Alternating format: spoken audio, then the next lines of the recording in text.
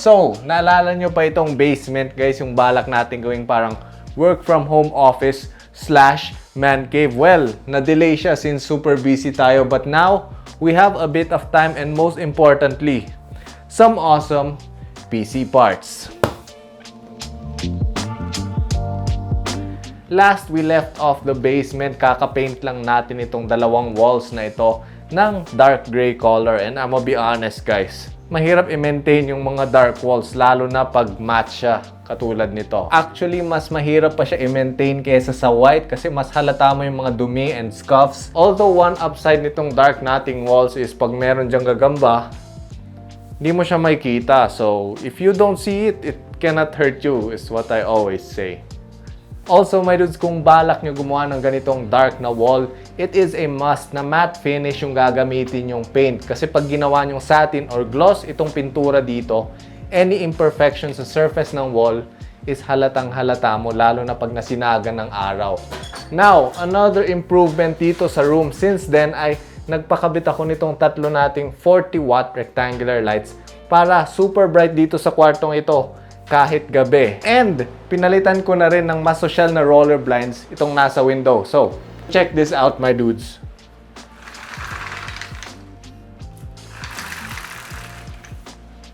What? Social! Moving on dito sa labas ng ating studio ay medyo nalinis na natin siya.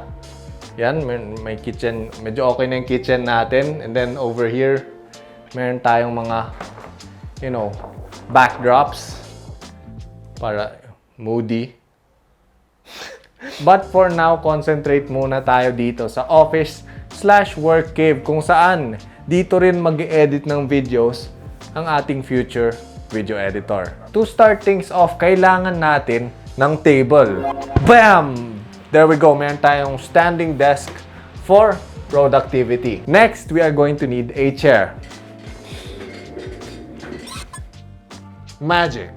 Okay, so itong chair na ito I managed to find online for around 6,000 pesos, which I think is a bit pricey para dito. But you know, bagay yung kanyang wood and black leather sa ating minimalist wood and dark gray aesthetic. So, I guess ipipikit ko na lang yung 6K. No, wag! Yung 6K ko, hindi na. 6K! Anyway, simulan na natin yung pinaka-importanting part ng kahit anong workspace, ang PC. So, andito lahat ng bagay na kailangan natin para sa ating PC. Over here, meron tayong dalawang monitors, isang 32-inch and another 27-inch, both of which are Asus ProArt displays. Kasi, pro ako and artist din ako, siguro. But you know, architecture is just like livable art. Not sure who said that. Medyo familiar saying sa akin. Pero kung wala pa, I got dibs on that saying.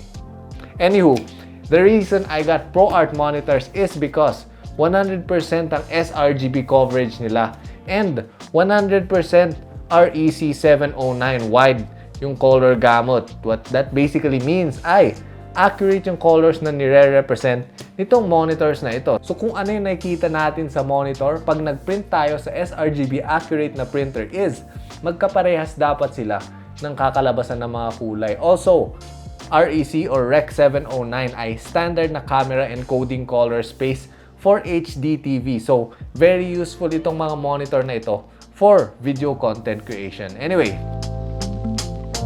for the processor, we have the latest and greatest Intel Core i9-12900K. Very, very exciting kasi ito yung isa sa mga biggest generational leaps ng Intel in recent times ever since pinasabog sila nung AMD Ryzen. Now, for the GPU, meron tayong dito Asus ROG Strix RTX 3080 Ti Gaming. Very, very nice. 12GB of GDDR6 memory. Ewan ko pa kung meron kang game na hindi ma-run with this. So, sheesh. Yun na lang masasabi ko dito sa GPU na to. Now, for the RAM, we have 64GB of this DDR5 6000MHz CL40 RAM. Like, that is very, very fast. First time ko makatry ng DDR5. Very, very exciting. Now, moving on to cool our i9 processor, we have the Asus ROG Ryujin II 360mm AIO, which will provide plenty of cooling para sa ating 12th gen processor.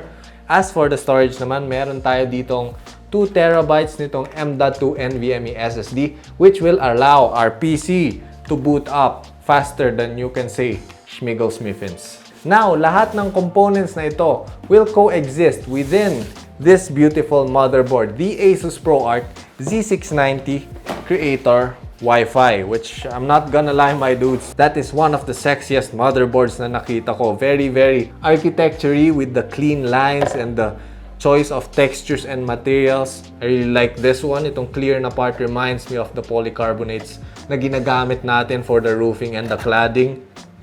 Perfection. Anywho, pag-usapan na natin yung specs nitong motherboard na ito. So, this is rocking an LGA 1700 socket for 12th gen Intel processors. Para naman sa ating RAM slots, it supports DDR5 memory and may overclocking options din ito not only for high-speed kits pero para din sa mga entry-level na memory modules. One thing to note lang, my dudes, about the DDR5 RAM slots is hindi siya backwards compatible sa DDR4 na memory kasi magkaiba yung lengths nung kanyang contacts. So, hindi siya papasok dito kahit anong pilit nyo. Lalo na nilagyan ng Asus dyan ng metal na divider, which is a very, very nice touch, Asus. Now, kasabay ng 12th gen Intel, inintroduce na rin nila yung PCIe 5.0.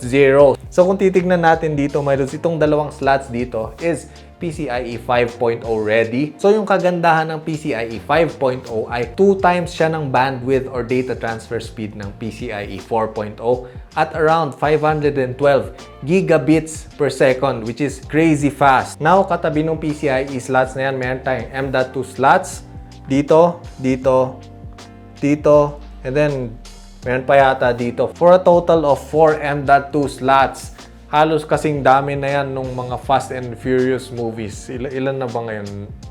12? My point is, marami siyang M.2 slots. So, ang kagandahan niyan ay kahit salpakan nyo lahat ng M.2 slots nito, walang madi-disable na SATA ports. Anyway, another reason bakit gustong-gusto ko itong motherboard na ito ay ang kanyang I.O. dito sa likod. So, kung titignan natin siya dito, ay meron siyang dalawang Thunderbolt 4 USB-C ports. Ang advantages nito ay may 40 gigabit per second bidirectional bandwidth siya. Meaning, kung madalas kayo mag-copy or paste ng malalaking files sa high-performance external drives, this Thunderbolt ports will come in clutch with super fast transfer speeds. Also, pwede din tayo mag-connect dito ng dalawang external na 4K displays or isang 8K display at pwede din gumamit ng Thunderbolt certified na dongle to attach yung mga peripherals like mouse and keyboard. So kung gusto mo ng PC setup na iisa lang yung wire na manggagaling sa PC, it is very, very possible with this motherboard. So aside from those, meron pa tayong HDMI 2.1 dito and then meron tayong dalawang 10 gigabit Ethernet ports. So with the 10 gigabit port, kung meron kang network attached storage, pwede mo siya dyan isaksak and bam, 10 gigabit transfer speeds, easy. Or, you know, just in case may network-based na workloads kayo, kung saan meron kayong main server, tapos dun nakalagay mga cache files nyo or yung mga files na ginagamit nyo for your video editing software or photo editing or, you know, 3D software. Very useful itong ating 10 gigabit port. So, aside from those, meron pa tayong 6. Yes, you heard that right, my dudes. 6 na USB 3.2 Gen 2 slots. And let us not forget the Wi-Fi 6E antenna connectors dito, which I didn't even know existed. Akala ko Wi-Fi 5 pa lang tayo, but apparently may 6 na pala, tas E pa siya.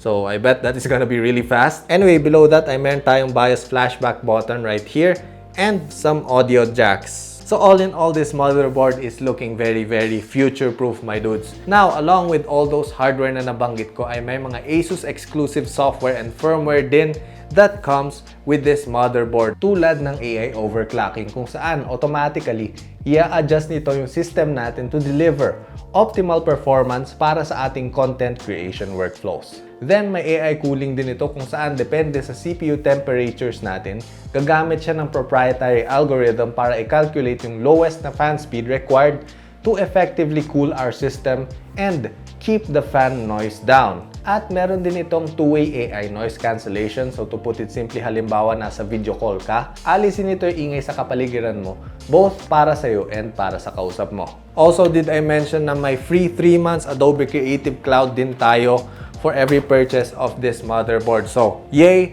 Free stuff! Now, to power all of these components, we have the ROG Thor 850W Platinum power supply, which is, by the way, my dudes, fully modular na rin pala ito. And meron siyang LED screen, which ini-indicate niya dyan yung wattage or yung consumption ng buong system mo. So, makikita mo kung gaano kakagastos or makikita nung nanay mo kung gaano kagastos yung rig mo. But you know, that is really good. Unfortunately, I think hindi to kita dun sa case natin kasi may power supply shroud siya. But you know, it still feels good na meron kang ganyan and yung friends mo walang LED. So, I really like this power supply, my dudes. Okay guys, so first tip ng pag-assemble ng mga PCs is lahat ng kaya natin isalpak sa motherboard, sasalpak na muna natin bago natin siya ilagay doon sa ating main case.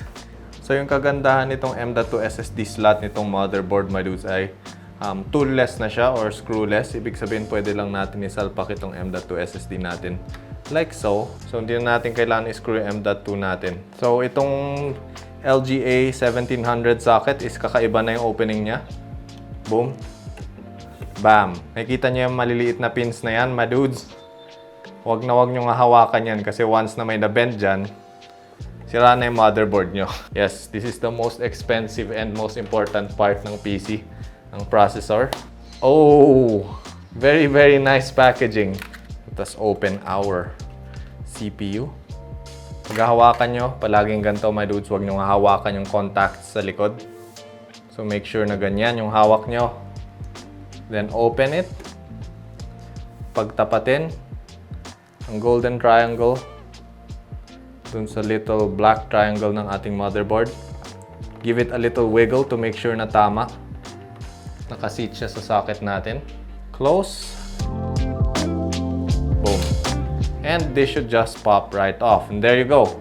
Yan yung pinaka-stressful na part ng kahit anong CPU build, my dudes, is yung parang crunchy na pagkabit ng CPU. But we are done with it. Now, my favorite part, the RAM. Installation ng RAM, pretty simple, parang Lego lang. Itatapat nyo lang itong kanyang slot na yan. That slot, itatapat lang natin dito sa parang metal na divider. Just apply pressure on both ends. Boom. So, dapat itong tab na ito magko-close. This tab right here, dapat magko-close siya at ilalock niya yung RAM natin.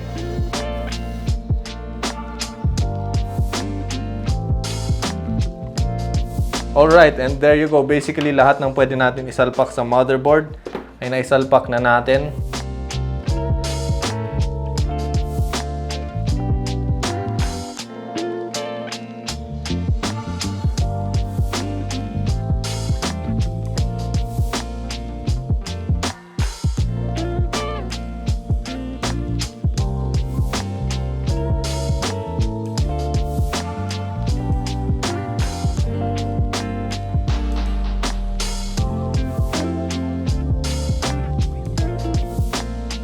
And there we go, tapos na natin ang ating PC. Let me give you guys a tour. So for my workflow, yung setup ko is itong 32-inch monitor will be my main monitor up front, and then itong 27-inch ay magiging side monitor naman natin. Which sounds wrong. It sounds like I'm cheating on my main monitor with this 27-inch side monitor. So, you know what? Let's just call it an auxiliary monitor. Anyway, for my workflow, usually dito nakabukas sa main screen yung 3D software ko. Then dito naman sa ating auxiliary monitor, nakabukas yung project brief and mga precedents or yung mga inspirations. And then pag i-render ko naman na yung mga tinready ko, nasa main screen ko yung rendering software, then nasa auxiliary screen yung 3D model. Then, pag nag-edit naman ako ng videos is 2 screens din ginagamit ko. Dito sa main screen ng ating Adobe Premiere Pro or kung ano mang editing software ginagamit ko. And then dito sa tabi, yung mga resource files or project files para madali silang ma-drag and drop dun sa ating editing software. So, very advantageous sa use cases ko itong monitor since itong main monitor natin ay 4K yung resolution niya, kaya kitang-kita ko yung mga details nung tini-3D ko. Then, itong 27-inch monitor naman natin ay 1440p resolution siya, which is a lot of pixels for a display of this size. And did I mention na itong ating dalawang screens ay Kalman verified and factory calibrated na para color accurate sila out of the box. So the features does not stop there. Both monitors also have the Asus exclusive na ProArt preset and ProArt palette, which gives basically access sa madaming industry standard color parameters para sa ating mga displays. And adding to that, itong ating dalawang monitor ay may highly adjustable na stands, which I appreciate very much since pwede natin siya i-adjust depende sa height natin or sa kung anong height ng monitor yung comfortable tayo. So, kagandahan nung nakaklamp pa tayo, my dudes, is look at all this free real estate underneath our monitor. As compared kanina, yung stand natin is nakain na niya halos kalahati ng ating workspace sa harap ng monitor. So, I really like that. Now, pag tinignan naman natin maigi yung I/O nitong ating dalawang monitor, dun na sila nagkakaiba. So, for our Asus PA329CV or itong ating 32-inch display, meron tayo dyang USB-C port na nagsusupport ng DisplayPort and 90-watt power delivery. At meron din tayo dyang DisplayPort, HDMI, and USB pass-through ports. Tapos para naman dito sa ating Asus ProArt PA278QV or itong ating 27-inch monitor ay meron siyang mini DisplayPort, full-size na DisplayPort, HDMI, dual-link DVI-D, audio in and earphone jack, at 4 na USB 3.0 ports. So napakarami nating connectivity options for these monitors, my dudes. So for the past few days, itong setup na ito yung ginagamit ko pang 3D render, plan at edit ng mga videos. And I'm not sure kung honeymoon effect ba ito, pero parang mas ginaganahan ako magtrabaho dahil dito sa setup na ito, my dudes. Also, I think it helps na 4K itong ating main screen and color accurate ang ating dalawang screens. So, di ako mag-aalala na iba pala yung kulay na nakikita nyo sa kulay na ine-edit ko. Anyway, balik tayo dito. So, isang feature nitong ating Asus ProArt motherboard that I found really helpful ay itong ating ProArt Creator Hub.